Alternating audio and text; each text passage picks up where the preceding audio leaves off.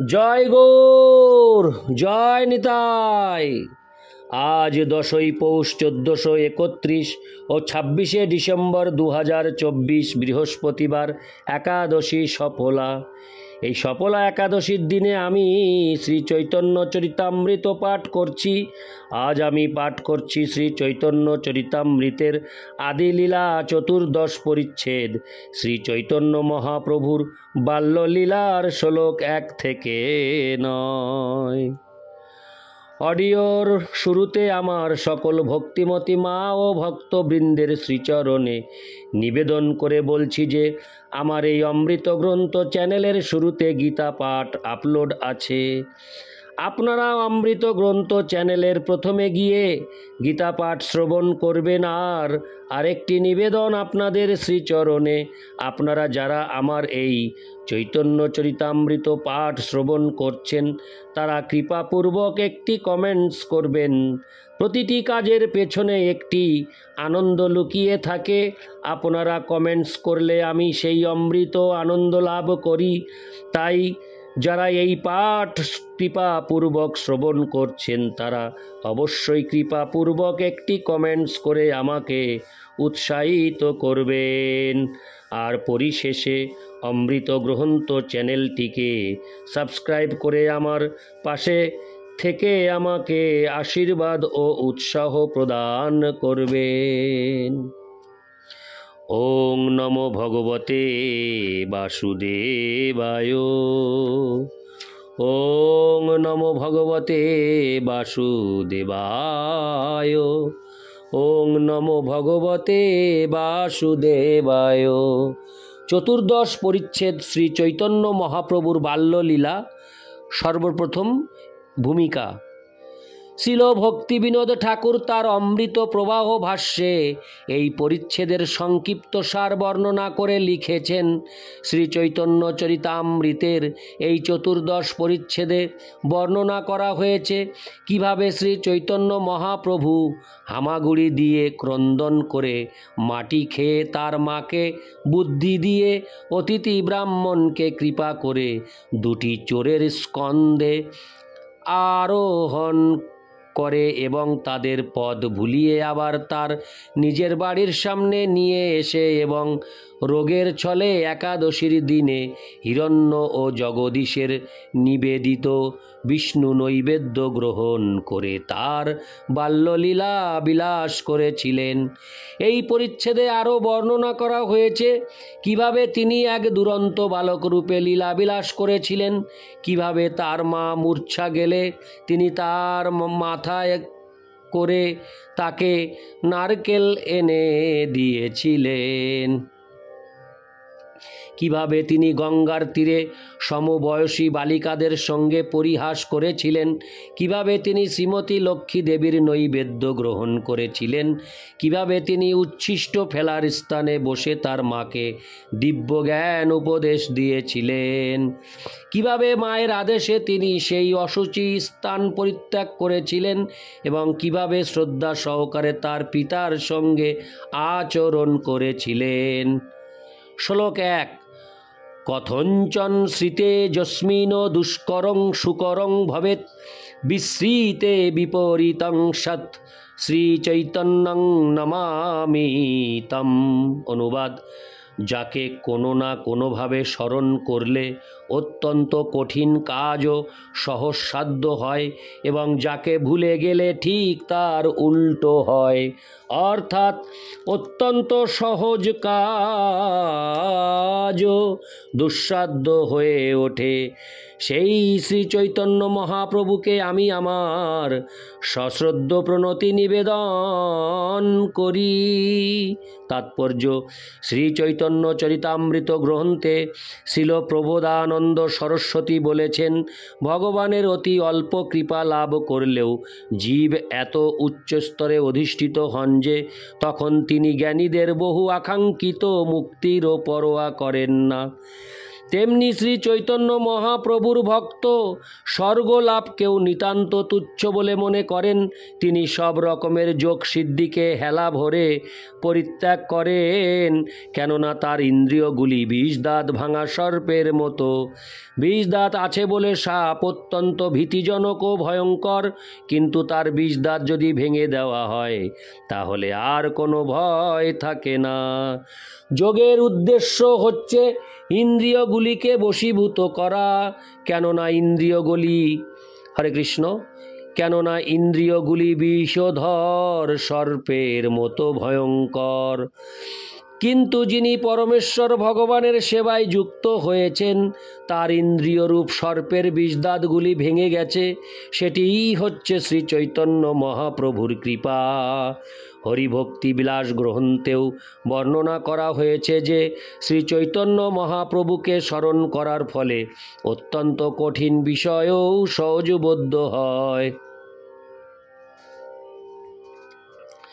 কিন্তু শ্রী চৈতন্য মহাপ্রভুকে বিস্মৃত হলে অত্যন্ত সহজবোধ্য বিষয়ও দুর্বোধ্য হয়ে ওঠে।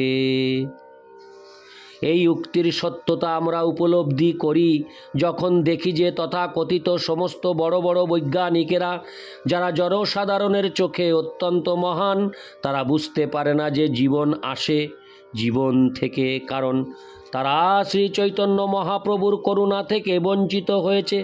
তারা প্রচার করতে চায় যে জড় পদার্থ থেকে জীবনের উদ্ভব হয়েছে, যদিও তাদের সেই অনুমান তারা শত চেষ্টা করেও প্রমাণ করতে পারে না। আধুনিক সভ্যতা তাই ভ্রান্ত বৈজ্ঞানিক মতবাদের ভিত্তিতে এগিয়ে চলেছে।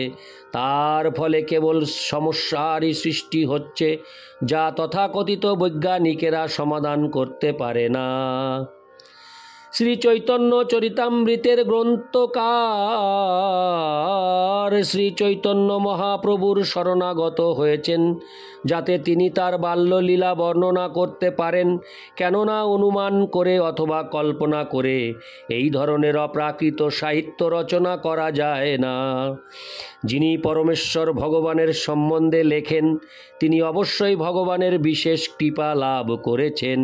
কেবল বই পড়া বিদ্যা দিয়ে এই ধরনের গ্রন্থ রচনা করা সম্ভব নয়।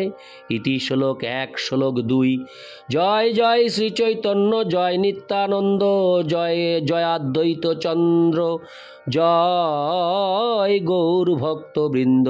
শ্লোকার্থ: শ্রী চৈতন্য মহাপ্রভুর জয়, শ্রী নিত্যানন্দ প্রভুর জয়, শ্রী অদ্বৈত আচার্য প্রভুর জয় এবং শ্রী চৈতন্য মহাপ্রভুর সমস্ত ভক্তবৃন্দের জয়।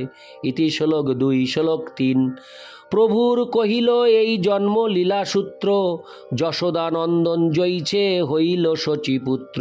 শ্লোকার্থ: যশোদানন্দন শ্রীকৃষ্ণ যেভাবে শচীমাতার পুত্র রূপে আবির্ভূত হলেন, তার এই জন্মলীলা আমি সূত্রের আকারে বর্ণনা করলাম। তাৎপর্য: শ্রীল নরোত্তম দাস ঠাকুর এই বর্ণনা প্রতিপন্ন করে বলেছেন যে এখন যশোদানন্দন শ্রীকৃষ্ণ শচীমাতার পুত্র শ্রী চৈতন্য মহাপ্রভু রূপে আবির্ভূত হয়েছেন।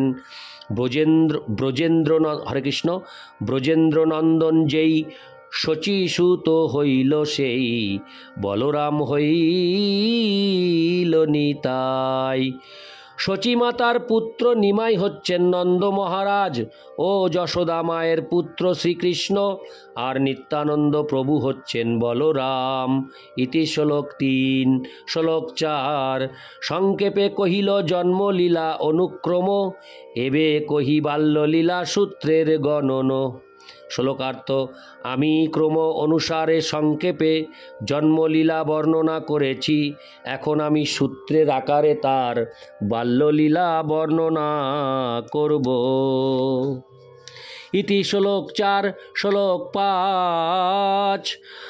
বন্দে চৈতন্য কৃষ্ণস্য বাল্যলীলাং মনোহরম, লৌকিকীমপি তামিশ চেষ্টয়া বলিতান্তরাম।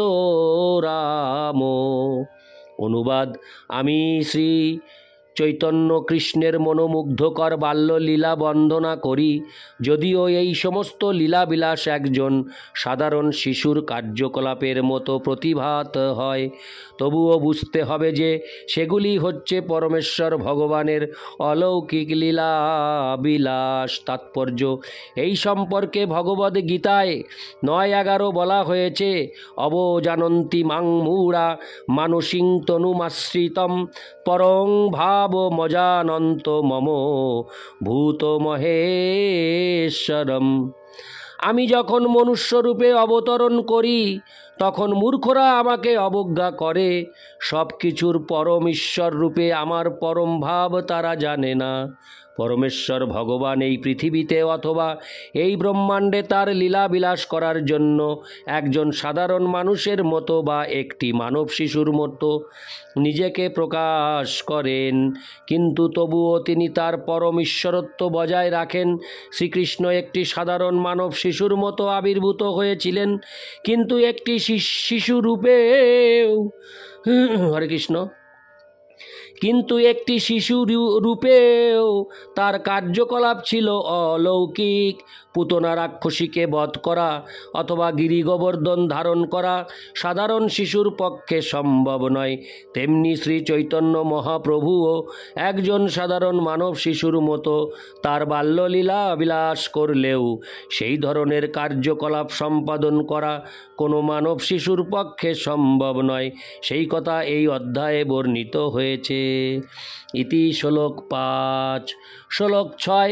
বাল্যলীলায় আগে প্রভুর উত্থান শয়ন পিতা মাতায় দেখাইল চিহ্ন চরণ। শ্লোকার্থ: তার প্রথম বাল্যলীলায় ভগবান যখন বিছানায় শুয়ে উপুড় হওয়ার লীলা করেছিলেন, তখন সেই লীলার ছলে তিনি তার পিতা মাতাকে তার চরণ চিহ্ন প্রদর্শন করেছিলেন।